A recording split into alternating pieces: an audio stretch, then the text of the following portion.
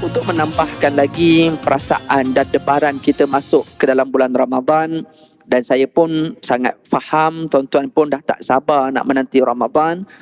Begitu juga saya yang kurang pahala, berdosa, lagilah saya mengharapkan Ramadan. Dan tuan-tuan pun telah pun didedahkan dengan pelbagai pendekatan-pendekatan, peringatan tentang ambang Ramadan, persediaan dan sebagainya. Maka pada malam ini saya nak tambah lagi debaran itu dan perasaan kita dengan Ramadan menerusi tadabbur ayat 14 hingga 17 surah Ali Imran. Assalamualaikum warahmatullahi wabarakatuh. Alhamdulillahi rabbil alamin. Wassalatu wassalamu ala rasulil amin. Sayyidina Muhammad wa ala alihi wa sahbihi ajma'in. Rabbi syrah li sadri wa yassir li amri wahlul 'uqdatam min lisani yafqahu qawli. Subhanaka la ilma lana illa ma 'allamtana innaka antal alimul hakim. Wala haula wala quwwata illa billahil aliyyil azim.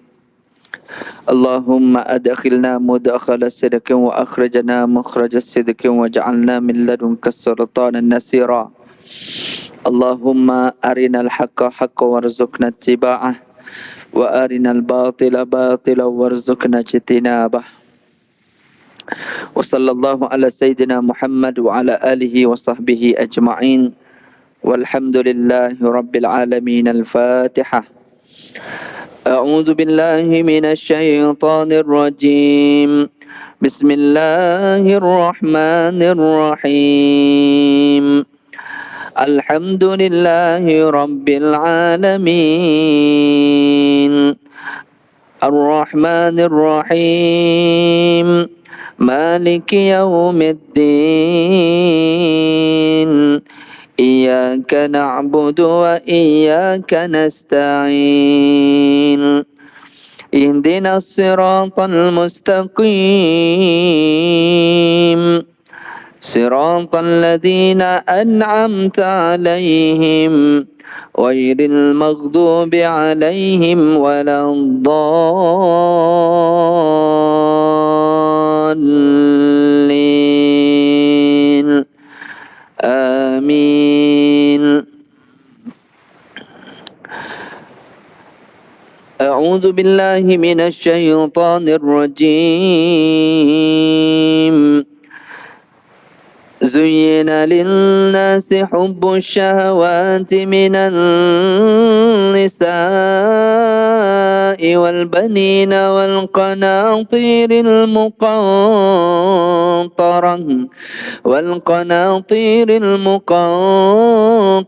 من الذهب والفضة والخيل المسومة والأنعام والحرث ذلك متاع الحياة الدنيا والله عنده حسن المآب. قل أنبئكم بخير من ذلكم للذين اتقوا عند ربهم جنات تجري من تحتها الأنهار خالدين فيها وأزواج مطهرة ورضوان من الله والله بصير بالعباد. الذين يقولون ربنا إننا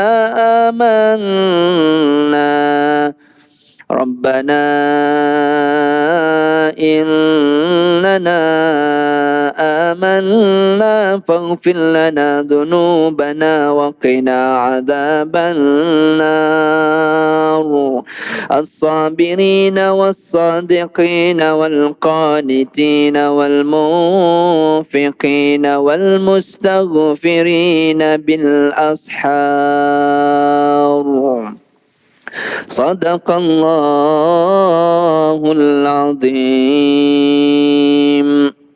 Surah Ali Imran ayat 14 hingga 17. Alhamdulillah, pertama sekali saya ucap terima kasih kepada pihak pengurusan Masjid Al-Falah. Yang saya hormati tuan-tuan imam, tuan bilal, pegawai serta jawatan kuasa masjid yang hadir. Serta yang saya muliakan semestinya tuan-tuan dan puan-puan, muslimin dan muslimat yang konsisten, yang committed dengan masjid, yang tidak hanya perlu tunggu bulan Ramadan, tetapi Allah pilih kita kerana pilihan kita sendiri sebenarnya untuk berada di masjid.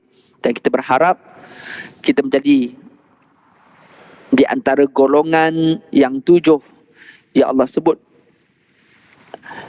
pada hari kiamat nanti akan ada 7 golongan sebagaimana sabda Nabi yang mana dia akan dinaungi pada hari kiamat, hari yang tiada naungan melainkan naungan daripada Allah, iaitu salah satu golongan adalah rajulun qalbuhu mu'allakun bil masajid, iaitu individu lelaki atau perempuan yang hatinya sentiasa terikat dengan masjid. Saya berharap saya dan kita semua boleh berjumpa hari kiamat nanti.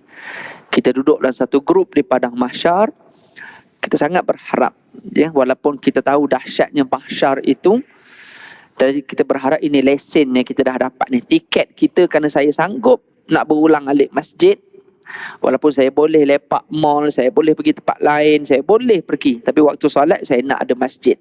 Jadi ini tiket yang kita nak reserve untuk hari akhirat nanti. Kalau kita ada masalah, na'udzubillah, harapnya tiket ini, iaitu tiket hati yang terikat dengan masjid ini, mudah-mudahan boleh membantu kita hari kiamat nanti, insya-Allah.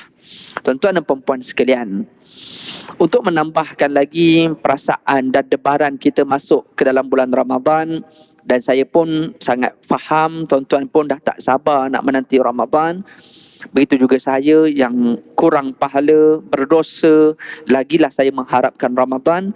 Dan tuan-tuan pun telah pun didedahkan dengan pelbagai pendekatan-pendekatan, peringatan tentang ambang Ramadan, persediaan dan sebagainya. Maka pada malam ini saya nak tambah lagi debaran itu dan perasaan kita dengan Ramadan menerusi tadabbur ayat 14 hingga 17 surah Ali Imran. Tentang personaliti kita dalam bagaimana kita mengutamakan akhirat berbanding dunia.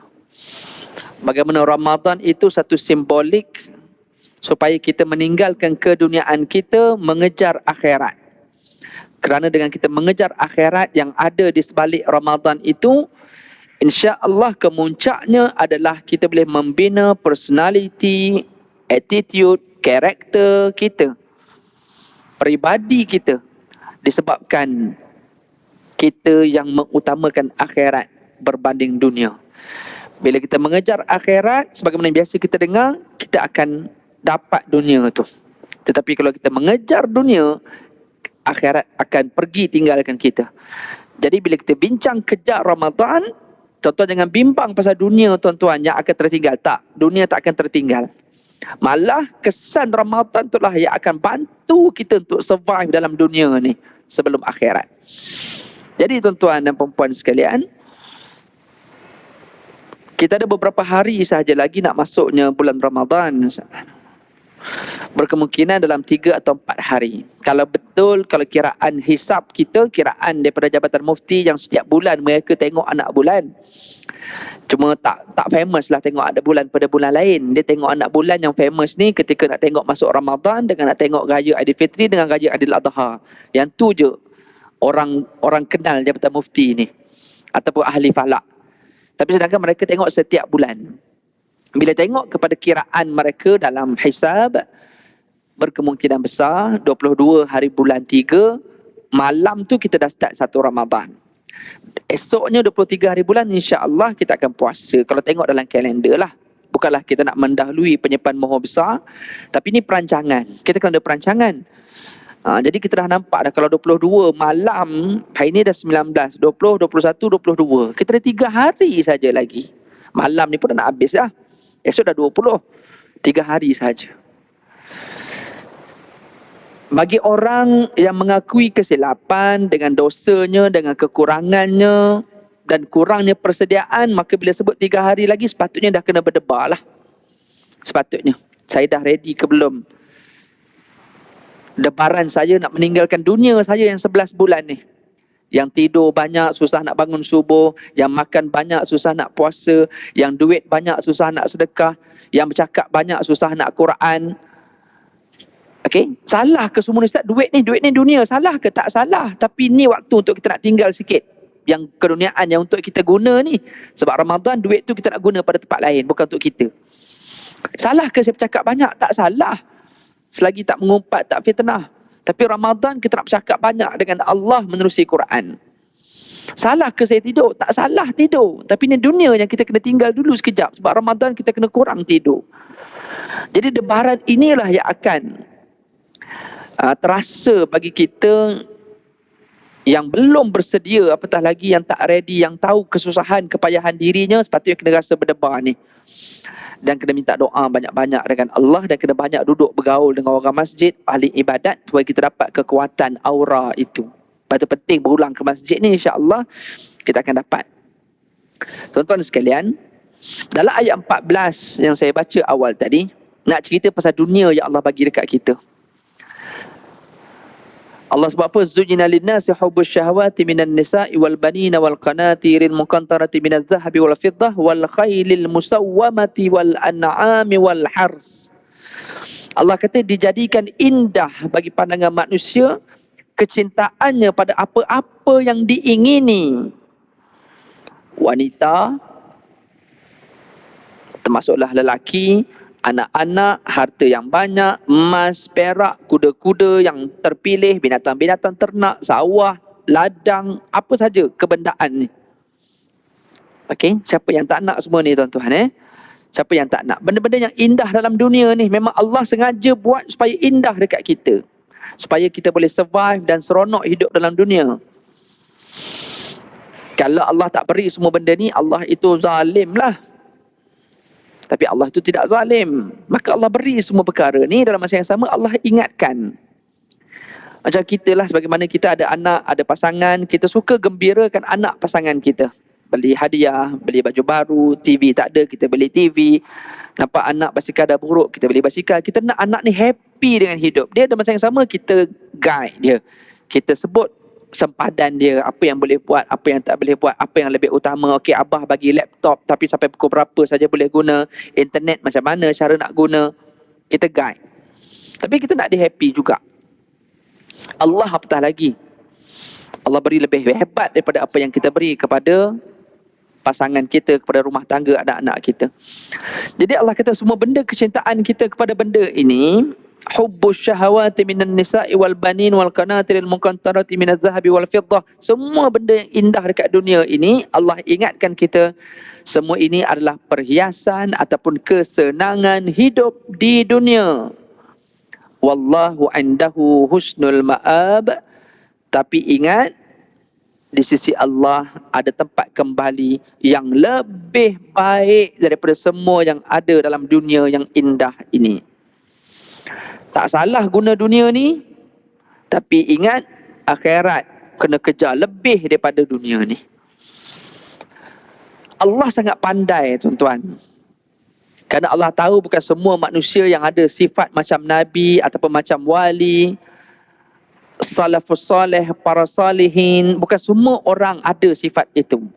Ada orang dia boleh tinggal keduniaan dia 50%, ada orang boleh tinggal 80% keduniaan. Okey.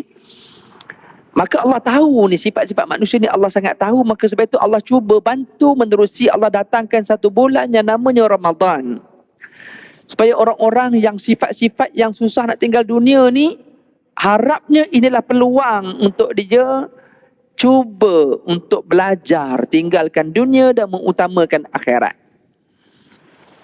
dengan bantuan Ramadan. Okey, kita perlukan bantuan ni tuan-tuan.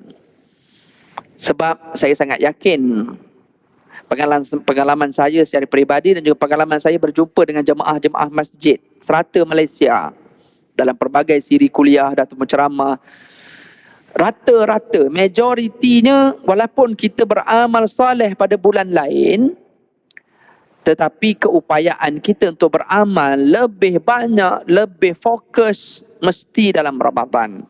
Jangankan kita lah tuan, pada zaman sahabat lagi pun begitulah. Sifat manusia ni begitu. Okey. Walaupun bulan lain juga dia baik, dia sembahyang, dia Quran, dia sedekah. Tapi Ramadan dia akan ada satu keistimewaan dan kelebihan lain yang dia akan kejar. Dengan ganjaran yang Allah bagi Ramadan tu, maka dia tak akan sama dengan bulan lain yang dia akan buat. Jadi dia nak kejar kelebihan Ramadan, maka dia akan buat lebih daripada apa yang dia biasa buat. Tuan-tuan sekalian, maka ayat 14 ini jelas bagi tahu kepada kita, dunia yang Allah bagi ni okey, kita dah dapat 11 bulan dunia, takkanlah Ramadan kita masih utamakan lagi dunia kita. Okey, maka Allah beri kita Ramadan dengan harapan kita boleh meninggalkan sekejap dunia kita untuk kita lebihkan akhirat, dan mudah-mudahan selepas Ramadan kita boleh seimbangkan antara dunia dan juga akhirat. Taklah terlalu lebih sangat pasal dunia sehingga mengabaikan akhirat. Tuan-tuan muslimin yang dirahmati Allah, bila sebut tinggalkan dunia ini, orang biasa beranggapan bahawa zuhud, tinggal terus, sedekah sampai jadi miskin, pakai baju sampai jadi selekeh, hidup tak payah makan-makan yang di pinggan, apa fine dining ni tak perlu dah. Okey, itu yang orang nampak zuhud dari sudut luaran. Zuhud yang sebenar tuan-tuan adalah apa yang ada di dalam hati ni. Itu maksud zuhud. Bila dia ada duit, duitnya boleh menyebabkan dia boleh beli kereta yang mewah. Zuhudnya apa? Dengan kereta mewah itulah digunakan untuk perkara kebaikan. Dengan kereta mewah dia itulah boleh dia bantu orang lain ketika memerlukan. Dengan kereta mewah itulah dia boleh membawa nama Islam dengan lebih baik. Itu maksud zuhud. Apa yang ada dalam hatinya, bukan apa yang ada pada luarannya. Kalau luarannya hanya basikal, tapi dengan basikal tu menjadikan dia sombong dengan alasan aku zuhud, aku tolak dunia, maka itu lebih teruk daripada riak. Dan kita takut kalau kita tidak ada sifat zuhud dalam hati, menjadikan kita datang satu penyakit lain dipanggil wahan. Apa dia wahan? Iaitu hubbud dunya wa karahiyatil maut. Iaitu cintakan dunia dan takut mati. Tak nak mati, bukan takut mati, tak nak mati. Kalau boleh nak umur panjang lagi, umur panjang tak bersedia lagi dengan mati. Sebab dunia dia banyak lagi yang dia belum dapat, dia kejar tak dapat lagi. Kalau boleh tangguh dulu mati. Sebab dunia dia tu. Bukan tangguh mati sebab amal tak cukup. Ada juga orang minta tangguh dulu mati ni sebab amal tak cukup. Tapi ni tak tangguh sebab dia nak kejar dunia yang dia belum dapat tu. Ini wahan dipanggil. Penyakit yang akan ada pada akhir zaman. Duit yang dia ada banyak dan dia zuhud. Duit ni memang untuk dia, untuk rumah tangga dia, untuk apa, dan masa yang sama dia tahu duit ini ada untuk sedekah, duit ni ada untuk zakat, duit ni untuk medical, duit ni untuk mak bapak. Itu maksud zuhud. Dia tahu bagaimana duit ini bukan berada dalam hati, tapi duit ini ada dekat ujung jari dia. Dia boleh lepas bila-bila masa. Ini orang yang zuhud. Walaupun nampak mewah hidup dia. Tuan-tuan dirahmati Allah, kita jangan menolak syahwat yang ada dalam diri kita. Kita tak boleh tolak benda tu tuan-tuan. Cuma bagaimana kita nak kawal syahwat ini. Syahwat nak makan. Ada orang dia tak nak makan biasa, dia nak makan mewah. Syahwatnya ada kedai viral, dia nak pergi walaupun kena beratur panjang, walaupun rasa belum tahu tentu macam mana rasanya. Syahwatnya nak bayar mahal pun tak apa. Dia puas dengan bab makan. Ada orang syahwatnya begitu. Dan dia seronok dengan jadi food hunter tu. Pergi sana, pergi sini, mana-mana kedai viral dia suka pergi. Itu syahwatnya. Ada yang syahwatnya suka kepada sukan, keinginan. Syahwat ni keinginan tuan-tuan. Ada yang syahwatnya suka kepada perempuan, perempuan suka kepada lelaki. Syahwatnya pasal seksual. Tapi ada orang yang syahwat keinginannya pasal ibadat. Jadi dia nak kontrol syahwat itu adalah kepada apa latihan syahwat dia. Kalau hari-hari dia duduk dalam persekitaran sukan, maka syahwatnya dia akan dapat asyik sukan sajalah. Dia minat social media pun follow benda-benda sukan sahaja. Maka syahwatnya keinginan kepada pakaian sukan, alatan sukan, aktiviti kesukanan. Syahwatnya dibentuk begitu. Yang jenis social media dia, tambah pula social media kita ni ada algoritma. Kalau Facebook khususnya, lebih dahsyat lagi, Facebook ni dia boleh detect kita buka laman web apa, dan dia boleh follow, dia boleh tengok apa kita punya interest. Dan itulah yang akan keluar dekat feed dia. Jadi tu tuan-tuan kena pergi setting, kena off kan dia punya satu button tu. Saya tak ingat apa buttonnya, cuma saya pun dah buat lah, orang ajar. Bila kita tengok kat situ semua ada. Kita buka account bank ada ni, laman web apa. Mana dia boleh detect apa interest kita. Jadi kalau kita suka tengok sukan lah yang keluar, maka kita duduk dalam alam sukan begitu. Duk tengok makanan banyak, akan keluarlah banyak pada makanan sahaja. Maka syahwat kita akan dibentuk dengan apa yang biasa kita duduk pada persekitarannya. Jadi kalau orang yang duduk pada syahwat ibadat, social media pun dengan benda-benda yang baik, datang pula dalam offline-nya, datang pula ke masjid, tempat-tempat ibadat, maka situlah dia boleh membentuk dan mengurus syahwat ataupun keinginan dia. Muslimin yang dirahmati Allah Subhanahu Wa Taala sekalian, jadi benda tu kita tak boleh ubah lah tuan-tuan. Cuma tinggal lagi bagaimana bila kita ada persekitaran yang betul, khususnya dibantu pula dengan Ramadan, suasana dan kelebihan Ramadan itu mudah-mudahan akan bantu kita untuk cuba tinggalkan dunia itu. Tetapi kalau Ramadan pun dia masih duduk pada persekitaran dunia, maka dia tak dapatlah kelebihan akhirat. Persekitaran akhirat itu dia tidak akan dapat. Ada ke? Adalah. Contoh boleh bayang, kita ni mungkin duduk di Malaysia, yang kita nampak semua orang puasa, semua orang behave, petang ada majlis buka puasa, malam hidup dengan tarawih. Tuan-tuan bayang duduk dalam negara yang majoriti Muslim, yang ada persekitaran dan suasana akhirat itu pun ada orang boleh cari dunia. Tuan-tuan bayang kalau tuan-tuan duduk dekat persekitaran yang nak tengok orang semayang tak ada, bulan puasa orang makan. Contoh duduk luar negara lah, senang cerita. Macam mana agak-agak mereka tu nak urus syahwat dia dalam keadaan dia di luar negara. Kalau negara yang majoriti non-Muslim, minoriti Muslim, susahlah. Masjid pun tak ada. Kena pergi community center. Tu pun kalau ada community center, kalau dia duduk dekat majlis yang jenis tak ada community center, Islamic center tak ada, masjid tak ada, community Muslim pun susah. Tapi dia tak jadi Muslim, macam mana pula tu? Jadi bayanglah duduk dalam negara yang ada suasana pun ada cabaran, apatah lagi duduk dekat negara yang lain tu, yang tak ada langsung suasana Ramadan. Tapi biasanya begitulah tuan-tuan. Allah ni dia akan uji lebih mana tempat yang senang. Ini ya Allah akan uji lebih.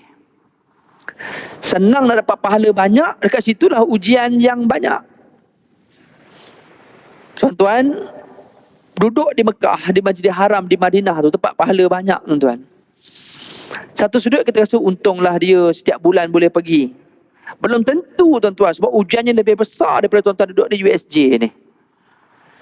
Sifat malas dia, sifat sombong dia, sifat penting diri dia, sifat komplainnya, sifat marahnya, sifat semua benda tak betul akan keluar pada masa tu. Okey? Maka ujian ini akan datang ketika Allah nak beri kelebihan yang banyak, ujian yang banyak akan datang. Jadi tuan bayanglah, jadi biasanya orang yang duduk dekat negara-negara yang kadang-kadang minoriti Muslim, dekat situ yang kadang-kadang dia lebih tenang untuk ibadat. Kita jangan nampak macam susahnya dia, kita nasib baik ada masjid. Belum tentu kita yang nasib baik ada masjid ini mudah nak datang masjid. Belum tentu. Tantah yang tak ada masjid tu lebih berkualiti amal Ramadannya. Kita pun tak tahu. Nak bagi tahu setiap kita ada ujian yang tersendiri. Maka tinggal lagi bagaimana kita mempersiapkan diri untuk mengurus ujian tadi, berhadapan dengan ujian tersebut. Muslimin yang dirahmati Allah, tuan-tuan dan puan-puan sekalian. Untuk itu, bila kita dah tahu dah Allah bagi kita Ramadan dan kita juga dah set, saya akan ada ujian yang banyak dengan Ramadan. Jadi apa persediaan dan persiapan saya untuk saya dapatkan Ramadan ini? Saya ingat kita kembali balik kepada matlamat Ramadan, iaitu taqwa. La'allakum tattaqun. Apa yang target kita sekalipun, ingat capaian kita adalah takwa. Itu yang Allah sebut clear dalam ayat 183 suratul Baqarah. Kutiba alaikumusiyam kama kutiba alal ladzina min qablikum la'allakum tattaqun. Perspektif takwa, imtithalu awamirillahi azza wa jal wajtinabu nawahihi sirran wa alaniyah.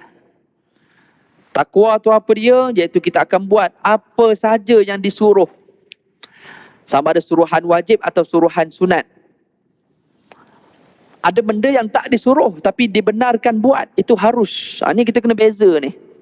Sebab dalam hidup kita ada banyak benda harus yang boleh buat tapi tak disuruh buat. Jadi kalau nak orang yang bertakwa, dia akan tinggalkan, kalau tengok takwa tadi, buat apa yang disuruh, tinggal apa yang dilarang. Maknanya yang ditinggalkan apa ni? Yang haram, yang makruh tinggal. Harus dibenarkan buat tapi tak disuruh buat. Itu pun dia tinggal sebab dia sibuk dengan yang wajib dan sunat. Sebab yang wajib sunat ni disuruh. Entah boleh beza tak tu? Kau tak faham? Okey. Salah ke kalau saya nak bersenam bulan Ramadan, nak masuk gym? Tak salah. Boleh je bersukan. Ada kesuruhan untuk bersukan? Ada. Tapi perlu ke bersukan bulan Ramadan atau fikir balik? Kalau benda tu meletihkan, maka tak dibenarkan lah. Makruh hukumnya. Jadi kalau makruh, tinggal. Jadi kena jumpa pula pakar-pakar senam ni, kena tanya dia apa aktiviti ringan yang sesuai nak dibuat Ramadan. Maka dia akan ajar lah benda-benda basic. Yang dumbbell tu tinggal lah. Takut hati kan ganggu pula. Jadi dia akan ajar kita apa benda yang basic supaya kita boleh jaga kita punya fitness kita walaupun dalam Ramadan. Dia adalah skim tu. Nak beritahu, tengok TV. Suruh tengok TV ke? Tak suruh. Tapi boleh ke tengok? Boleh. Jadi saya nak tengok Ramadan? Boleh. Tapi ada tak benda yang disuruh Ramadan? Ada. Quran. Tengok Quran banyak. Oh, okey. Jadi bila saya tengok Quran banyak, menyebabkan saya tak sempat tengok TV. Itu maksud dia. Tapi kalau yang disuruh dia tak sempat buat, dia buat yang dibenarkan tapi yang tak disuruh, itu ketakwaannya, nilainya tak besar sebagaimana yang diharapkan. Dan kita kena susun benda ni, kita kena urus perkara ni. Saya nak bercakap itu harus hukumnya. Wajib bercakap bila? Ketika semayang, ada rukun qauli yang kita wajib cakap. Takbiratul ihram, Fatihah, tahiyat akhir, selawat masa tahiyat akhir, salam yang pertama, tu wajib cakap. Dia panggil rukun qauli. Allahu akbar, takbiratul ihram, Bismillahirrahmanirrahim, alhamdulillahirabbil alamin. Itu wajib cakap dalam semayang. Semayang sunat ke, semayang wajib ke, mesti kena cakap. Bila lagi wajib cakap? Masa orang bagi salam, okey, kita jawab salam tu, wajib hukum dia. Ni wajib cakap. Bila mak ayah panggil, menyaut, wajib. Okey. Ni benda wajib. Bila ada orang minta apa-apa permintaan, tunaikan hak dia, wajib. Sunat bercakap bila? Baca Quran, sunat bercakap. Tak wajib baca Quran ni, sunat. Dia galakkan baca Quran. Apatah lagi Ramadan, tadarus lagi, khatam lagi, sunat. Apa lagi sunat bercakap ni? Zikir-zikir ni, berzikir, sunat. Tak wajib berzikir, sunat. Bersembang dengan kawan, wajib ke sunat? Kita nak kena urus bersembang apa pula. Kalau bercerita pasal orang, mengumpat, dia dah jadi haram. Jadi kita kena urus ni satu-satu ni. Kena urus. Dengan isteri, bersembang ke? Bersembang. 11 bulan Allah bagi dia bersembang banyak. Bukanlah suruh Ramadan tu senyap sebab semua sibuk pasal Quran, tak boleh juga. Ada hak tanggungjawab pasangan, hak tanggungjawab dengan anak-anak. Kita kena bersembang dengan dia, tanya dia apa masalah kat sekolah dan sebagainya. Kena bercakap juga dengan orang, dengan jiran, kena bertegur siapa. Ini semua sunat. Tak wajib. Bukanlah berarti kalau tak bercakap dengan isteri berdosa, tak bercakap dengan anak berdosa. Tak, sunat. Kena tunaikan hak dia. Tapi Ramadan ada benda yang dia lebih utama, dia kena bercakap. Kan, keutamaan yang lebih utama. Dia kena zikir banyak, dia kena baca Quran banyak. Walaupun begitu, dia tetap kena urus. Ada zikir yang ada waktu. Al-Quran ni tak ada waktu, boleh baca bila-bila. Tapi zikir ada waktu. Kalau tengok dari sudut cara pengurusan ibadat, keutamaan berzikir pada waktu itu lebih utama daripada Al-Quran. Contoh lepas subuh. Kita buat cerita contoh lepas subuh. Ada zikir-zikir yang dipanggil zikir selepas subuh. Bukan zikir wirid lepas mayang tu je. Ni antaranya tahlil. Ucapan la ilaha illallah tu. Banyakkan lepas subuh. Boleh buka balik kitab Al-Azkar, apa zikir-zikir Nabi baca selepas subuh. Khusus selepas subuh. Khusus selepas asar. Jadi yang nak baca Quran lepas subuh, pastikan zikir tu habis dulu. Keutamaan. Okey. Jadi maksud saya kena urus. Jadi benda lain yang harus tak sempat nak buat bila dah sibuk buat yang wajib dan yang sunat. Ini maksudnya. Dan inilah perspektif takwa. Buat apa sahaja yang Allah suruh, yang wajib, yang sunat, yang harus itu kemudiankan. Dan bila dikemudiankan, bila hidup tu disibukkan dengan yang wajib dan sunat, sehingga yang harus pun tak sempat. Apatah lagi yang haram dan makruh. Dan buat tu pula Allah ingat takwa ini sirran wa alaniyah. Secara rahsia atau terang-terangan. Maknanya nak buat dan nak tinggal, benda yang kena buat dia buat, yang nak tinggal dia kena tinggal secara rahsia dan secara terang-terang. Bermaksud ada amalan yang dia kena buat terang-terang depan orang ramai. Contoh solat jemaah, pergi masjid, dia kena buat ni. Ini takwa yang bersifat terang-terang. Ada takwa yang bersifat senyap-senyap, aktiviti di rumah yang orang tak nampak, ini dipanggil sirran. Maka sebab tu dekat rumah pun kena ada ruang masjid sendiri, ruang ibadat sendiri. Kalau atas katil tak jadi, kalau celah katil tak jadi, tepi almari tak jadi, ruang tu. Ramadan dia kena ada ruang yang spesifik. Kita nak lama duduk kat situ. Sebab kita tak nak gangguan banyak. Dan benda ni saya selalu sebut. Kalau boleh di rumah, khususnya Ramadan, kalau bulan lain tak dapat nak buat, kalau boleh buat masa Ramadan sahaja. Sebab kita faham ruang rumah kita terhad. Terhad pun kita faham tahap iman kita tu tak sama macam Nabi. Nabi ni sepanjang tahun, dia rumah dia ada tempat ibadat. Okay, jadi kita kalau tak boleh nak sepanjang tahun, sekurang-kurangnya Ramadan ada tempat ibadat. Bilik yang tidak digunakan, susun atur balik perabot-perabot dalam bilik itu, jadikan bilik itu bilik ibadat. Yang ada motif Islamik dalam tu, yang kita masuk tu kita ada mood, ada persekitaran nak ibadat. Dengan baunya, dengan susun atur perabotnya, dengan sejadahnya, Qurannya, tasbihnya, telekongnya, bidai, motif Islamik.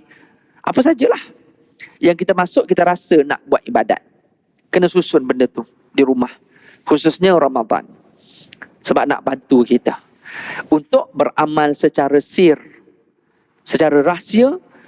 Dan begitu juga takwa, jangan lupa ada amalan yang kita buat secara alaniyah, iaitu secara terang-terang. Apa tu? Antaranya iftar, bagi makan buka puasa. Buat tu ramai-ramai. Okay. Kalau boleh pula, riak tak riak tu cerita lain. Kalau boleh Ramadan jadikan dia pesta. Tapi bukan untuk membazir lah. Maknanya bila kita tengok ada orang yang suka bagi orang makan ni, sebagai seorang manusia yang ada jiwa, dia tengok orang bagi, dia akan rasa, kenapa dia bagi? Kenapa bukan aku yang bagi? Jadi untuk nak ada perasaan tu, orang yang nak bagi tu kena tunjuk dia bagi. Tunjuk bukan untuk nak bangga orang puji dia ni bagus, tak. Sebab tu sekali-sekala kita ni kena ada budaya Arab. Budaya Arab ni dia suka tunjuk, dia suka expose. Dia, kita kata dia direct. Dia tak ada selindung-selindung. Kalau nak tegur orang, tegur direct. Tak puas hati, cakap direct. Walaupun nampak bergaduh, tapi dia settle masa tu. Dia tak ada simpan belakang. Nak sedekah, dia suka sedekah depan-depan. Sebab dia tahu budaya dia orang ni, kalau tunjuk, orang lain akan tiru. Jadi kita pun kadang-kadang jadi orang Melayu ni kena paksa orang dengan cara tunjuk. Bukan untuk riak. Riak tu kita urus kemudian lah. Sebab kita takut atas isu riak, maka ramai orang tak nak tunjuk. Jangan lupa, kalau tak tunjuk pun boleh jadi riak. Ini pun satu benda. Kita hari ni tak nak tunjuk, alasan riak. Saya bukan tak nak buat. Kalau saya buat kan, orang kata saya riak. Jangan. Itu pun boleh jadi riak kalau tak tunjuk. Tarkul amal li ajlin nas riak. Wal amalu li ajlihi syirik. Tinggalkan sesuatu amal kerana manusia. Tak nak tunjuk kat manusia, boleh jadi riak. Melakukan amal kerana manusia, boleh jadi syirik. Jadi kena hati-hati tuan-tuan dan perempuan sekalian. InsyaAllah kita bagi ruang masa untuk azan sekejap. Nanti saya buat conclusion dekat ujung apa yang kita nak kena target untuk Ramadan kita tahun ni, insya-Allah. Tuan-tuan yang dirahmati Allah, kita kembali kepada matlamat Ramadan kita takwa. Dan Allah ingatkan menerusi ayat 15 surah Ali Imran yang saya baca tadi. Ayat 14 cerita pasal dunia. Allah bagi tahu, Allah sengaja bagi dunia, Allah nak kita seronok dengan dunia, tapi Allah hadkan kita, Allah bagi tahu akhirat lebih penting. Ada syurga yang lagi hebat dari dunia. Allah ingatkan dalam ayat 15 pula, Allah kata, maukah aku beritahu, aku khabarkan kepada kamu perkara yang lebih indah daripada semua dunia ni, yang kamu rasa seronok sangat ni. Allah pun kata, lilladzina taqaw. Tengok perkataan Allah sangat clear. Bagi orang yang bertakwa, Ramadan, motif kita takwa. Allah sebut, okey, kalau saya takwa, apa saya dapat? Allah sebut dalam ayat 15, lilladzina taqaw inda rabbihim, bagi mereka yang bertakwa di sisi Tuhan mereka, jannatun tajri min tahtihal anhar. Kalau kamu bertakwa, antaranya melalui Ramadan yang kamu kejar, yang kamu fokus, kamu akan dapat apa? Syurga yang mengalir di bawahnya sungai-sungai. Yang kamu akan kekal duduk di dalam syurga itu. Dan kamu akan dapat pula pasangan, wa azwajum mutahharatun wa ridwanun minallah. Kamu akan dapat pasangan yang suci serta keredaan daripada Allah. Okey, kamu akan dapat pasangan yang suci, yang dia redha kamu, kamu redha dekat dia. Kita ada pasangan dekat dunia yang kadang-kadang akan terasa hati, yang kadang-kadang akan ada konflik dan sebagainya. Akhirat punya pasangan tak ada. Semuanya menggembirakan dan yang terbaik di sisi Allah. Dah dapat mahligai yang ada kebun-kebun tanaman, jannatun tajri. Jannat ini bukan syurga. Syurga yang ada kebun, landscape. Dan tak cukup dengan landscape, dia ada pula sumber air yang namanya sungai, anhar tajri, yang mengalir pula. Private river kita akan dapat. Syaratnya takwa. Ramadan, jalan nak dapat takwa tu lebih mudah berbanding bulan lain. Jadi setiap tahun kita ada peluang ini, maka Allah kata kalau kamu dapat capai, kamu akan dapat ni. Jadi nak dapat takwa itu perlu ada effort, usaha.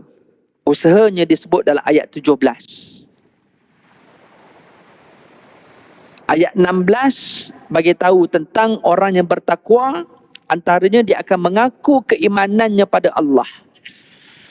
Dan dia mengaku dengan dibuktikan amalan. Sebab ada orang yang mengaku beriman tetapi tidak dibuktikan dengan amal, yang itu Allah sebut dalam ayat yang ke-8 suratul Baqarah. Tapi orang yang mengaku beriman dan dibuktikan dengan amal, ini disebut dalam ayat 16 surah Ali Imran. Ayat 8 surah Al-Baqarah, Allah sebut, wa minan nasi may yaqulu amanna billahi wa bil yaumil akhir wa ma hum bimu'minin yukhadi'una Allah wal ladzina amanu wa ma yakhda'una illa anfusahum wa ma yash'urun fi qulubihim maradun fazadahumullahu marada wa lahum adzabun alimun bima kanu yakdzibun. Ayat 8 hingga 10. Dia cuba nak menipu Allah, konon-konon dia beriman. Ini ramai tuan-tuan. Ramadan sebenarnya ada peluang orang nak manipulate Allah. Dia puasa, tak makan, tak minum, tapi cakap bohong masih. Tangan tak pegang makanan, tapi tangannya masih pegang keyboard, duk kutuk orang kat social media, masih bergaduh, berbalah lagi. Duk mengancam orang masih. Okey? Ini maksudnya cakap beriman tapi tak. Dibuat separuh yang konon-konon tunjuk iman, tapi separuh lain dia tunjuk kufur. Ini bahaya ni. Ramai orang mengaku beriman dengan Allah dan hari akhirat, tapi sebenarnya dia tidak beriman. Ini ayat 8 surah Al-Baqarah. Yukhadi'un Allah, mereka cuba memperdaya Allah. Dan dia cuba memperdaya orang-orang yang beriman yang lain. Dalam keadaan dia sedang memperdaya dirinya sendiri, dalam keadaan dia tidak mengetahuinya. Dia tidak menyedari je. Konon-konon dia nak tunjuk dia juga buat amal. Orang nampak dia puasa, orang nampak dia sedekah, tapi Allah tak terima pun benda tu. Itu yang dikuatkan lagi dengan hadis Nabi, kam min sa'imin laysa lahu min siyamihi ila al-ju'i wal atash, kam min qa'imin laysa lahu min qiyamihi ila sihrul layal. Berapa ramai orang puasa, dia tak dapat apa kecuali lapar dan dahaga. Berapa ramai orang yang bangun malam, dia tak dapat apa kecuali letih berjaga malam. Maknanya dia buat, tapi Allah reject amal dia. Tapi bagi ayat 16 surah Ali Imran, dia mengaku beriman dan dibuktikan. Alladzina yaquluna rabbana innana amanna faghfir lana dhunubana wa qina adzabannar. Jelas ayat ni. Orang yang betul-betul beriman dan dibuktikan iman dia satu dengan amalan dia. Ramadan dibuktikan amal.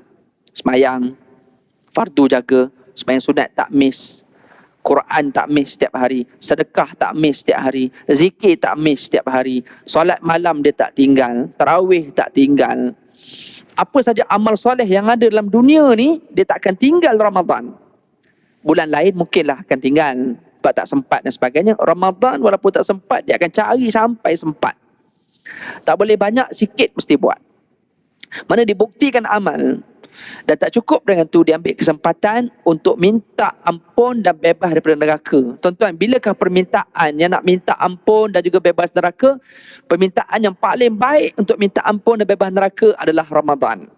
Bulan lain boleh minta? Boleh. Tapi Ramadan, bulan yang disuruh untuk minta.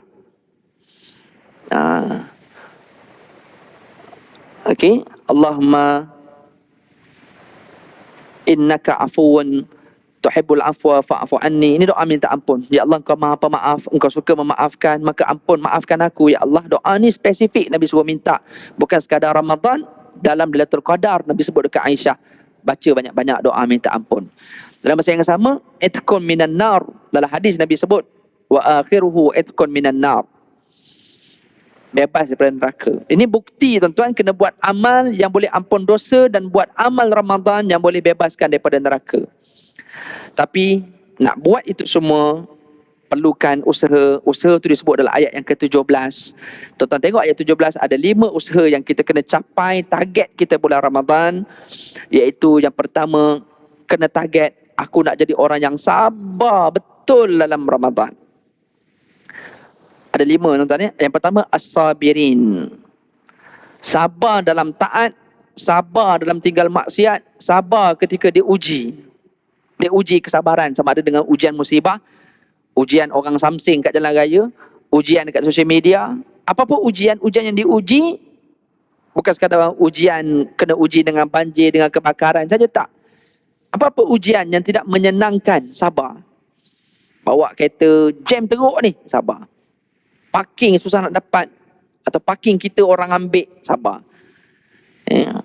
Order makanan, Grab hantar lain daripada yang kita order. Ini ujian ni, sabar. Ada orang dia tak boleh urus sabar ni, kerjanya nak marah terus. Orang salah, fahamlah salah tu. Dia bukan sengaja nak buat salah, tapi perlu cakap elok-elok lah. Ini tak, buat salah viral, buat salah viral.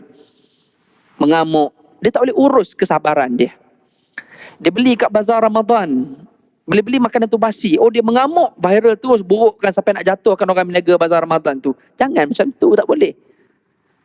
Apa dia dapat kalau orang kutuk bazar Ramadan tu? Saya beli dekat kedai yang ni, untuk pergi bazar Ramadan USJ ni, dia jual ayam percik, kedai nombor 3, boykot. Jangan macam tu. Jangan. Bila kita dapat yang basi, esok pergi, bawa bukti yang basi tu ni, saya dapat semalam. Cakap elok-elok.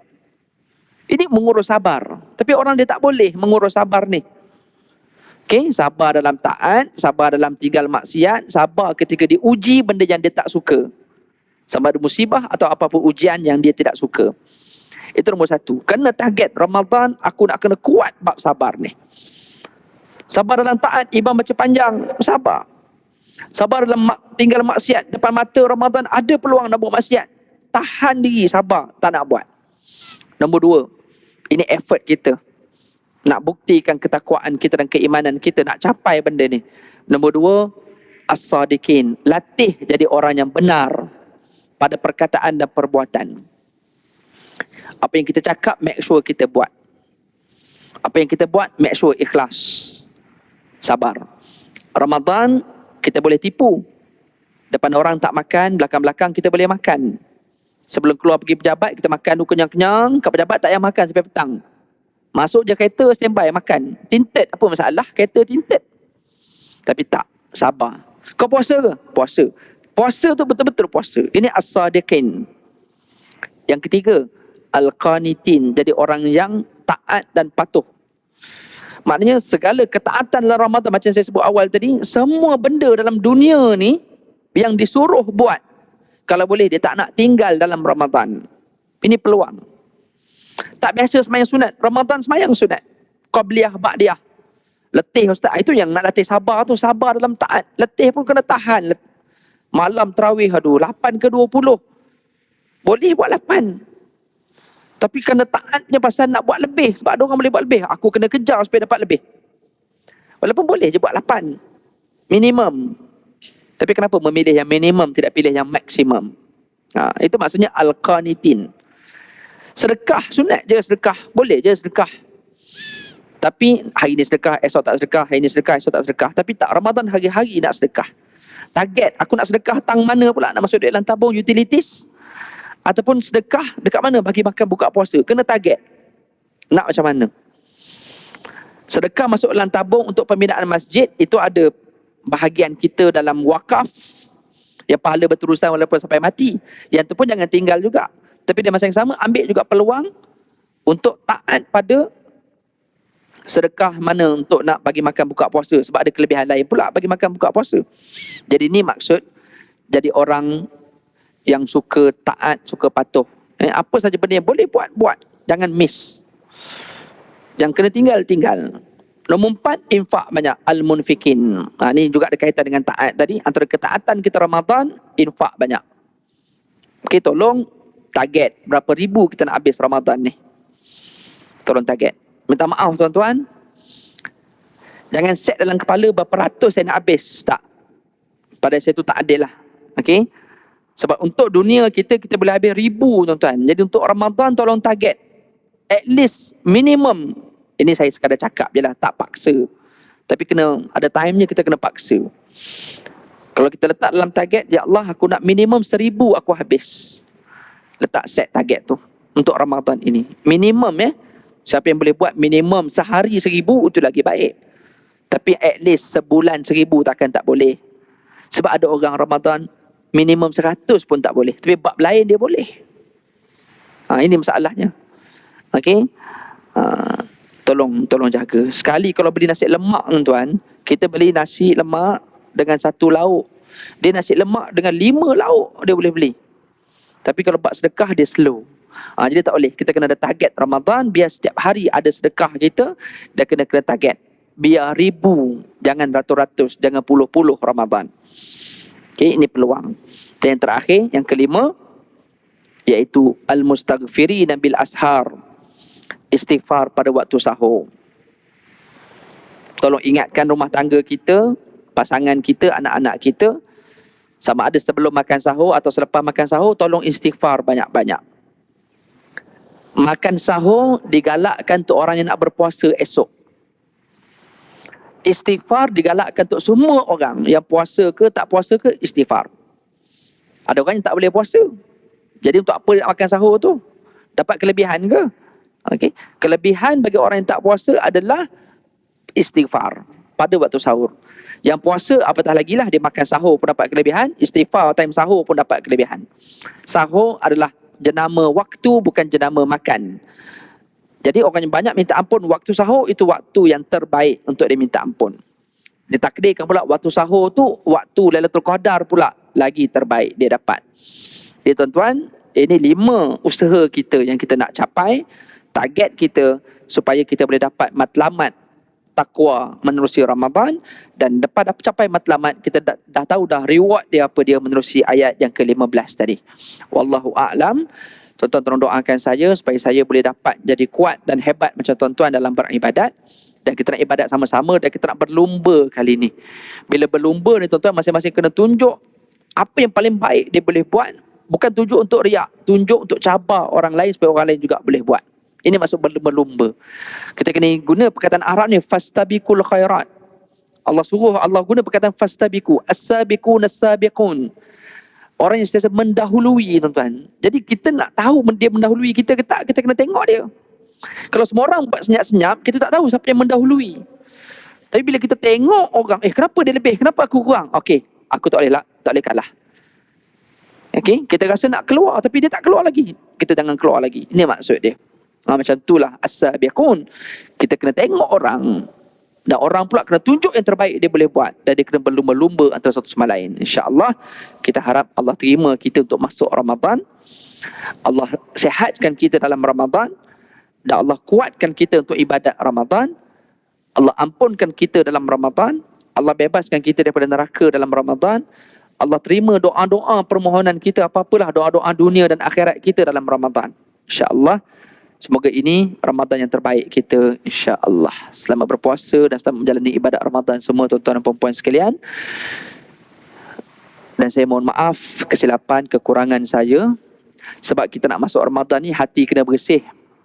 Sebab banyak benda baik nak masuk Ramadan ni. Kalau bekas itu kotor, benda baik tu nak masuk susah. Kalau masuk pun dia tak bagi kesan. Sebab bekas tu kotor. Jadi silaturahim tolong perbaiki. Siapa yang ada masalah dengan orang, tolong perbaiki masalah. Siapa yang buat maksiat, tolong tinggal maksiat. Siapa yang banyak cakap kosong, cakap bohong, tinggal. Bersihkan hati, zikir banyak, Quran banyak. Bersihkan hati. InsyaAllah Ramadan kita tenang. Kita jadi kuat untuk ibadat insyaAllah. Aku qauli hadza wa astaghfirullahal azim. Wassalamualaikum warahmatullahi wabarakatuh. Subhanakallahumma wa bihamdik, asyhadu an la ilaha illa anta wa nastaghfiruka wa natubu ilaik.